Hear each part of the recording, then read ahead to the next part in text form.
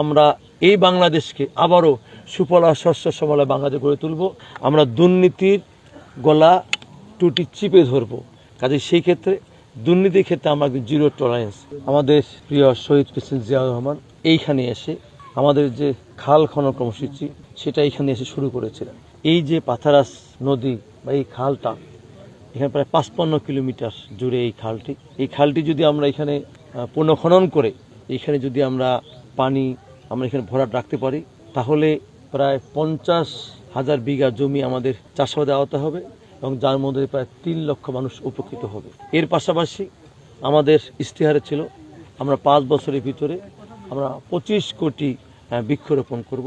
আমাদের মাননীয় প্রধানমন্ত্রী যে উদ্যোগ নিয়েছেন তার ইশতেহারের মধ্যে যে আমরা যেটা ঘোষণা করেছি আমরা সেগুলো বাস্তবায়ন করব। যেমন আমরা এটাও বলেছিলাম যে বিশেষ করে আমাদের ঈদ বা আমাদের রোজা বিভিন্ন উৎসবে আমরা আমাদের ইমাম খতিবদেরকে এবং পুরোহিতদেরকে আমরা সেখানে তাদেরকে সম্মানী ভাতা দেব। সেটাও কিন্তু আমরা এই রোজার আগে আমরা সেখানেও কিছুটা বাস্তবায়ন করব। এইভাবে আমরা বিশেষ কথায় বিশ্বাস না করে আমরা পর্যায়ক্রমে আমরা কাজে বিশ্বাস করি, সেগুলো কিন্তু আমরা ইতিমধ্যে দৃশ্যমান করার চেষ্টা করছি। আমরা এই বাংলাদেশকে আবারও সুফলা শস্য শ্যামলা বাংলাদেশ গড়ে তুলব। একটা সময় শহীদ প্রেসিডেন্ট জিয়াউর রহমান বাংলাদেশ থেকে খাদ্য রপ্তানি করেছিলেন।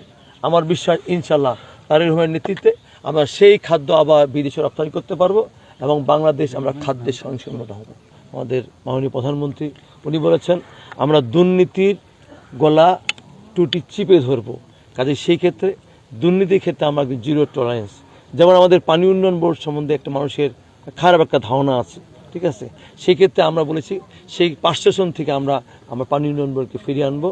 এবং আমাকে অনেকেই প্রশ্ন করে যে পানি উন্নয়ন বোর্ডের বিশেষ করে আমাদের যে টেন্ডারগুলো হয়, যে নদী খনন হয়, খাল খনন হয়, জলাশয় খনন হয়, সেই সময় দেখা যায় বর্ষার সময় সেই নদীতে তা আমাদের বিশেষ করে আমরা সেগুলো আমাদের যে ব্লকেজ আছে সেগুলো আমরা সেখানে নদীতে ফেলি, যেগুলো আসলে কোনো আমাদের কাজে আসে না। আমরা বলতে চাই পানি উন্নয়ন বোর্ড কাজ করবে বিশেষ করে নদী খাল জলাশয় খননের ক্ষেত্রে 6 থেকে 7 মাস, সেটা ফেব্রুয়ারি থেকে এপ্রিল অথবা মে পর্যন্ত, এর মধ্যে দিয়ে আমরা কাজ সম্পন্ন করব। বর্ষাকালে আমাদের জরুরি কোনো বিষয় ছাড়া আমরা কোথাও কোনো জায়গায় আমরা কোথাও এই নদী খনন বা খাল খননে বা জলাশয় খননে আমরা কোথাও কোনো ব্লকে ফেলি না। কাজেই আমি বিশ্বাস করি আমাদের যে মন্ত্রণালয়, সেই মন্ত্রণালয়ে এই যে আমাদের যে পরিকল্পনা নিয়েছি সেই পরিকল্পনা আমরা বাস্তবায়ন করব। শুধু বাস্তবায়ন করে না, পরবর্তীতে যেন যারা আবার সরকার আসবেন তারা যেন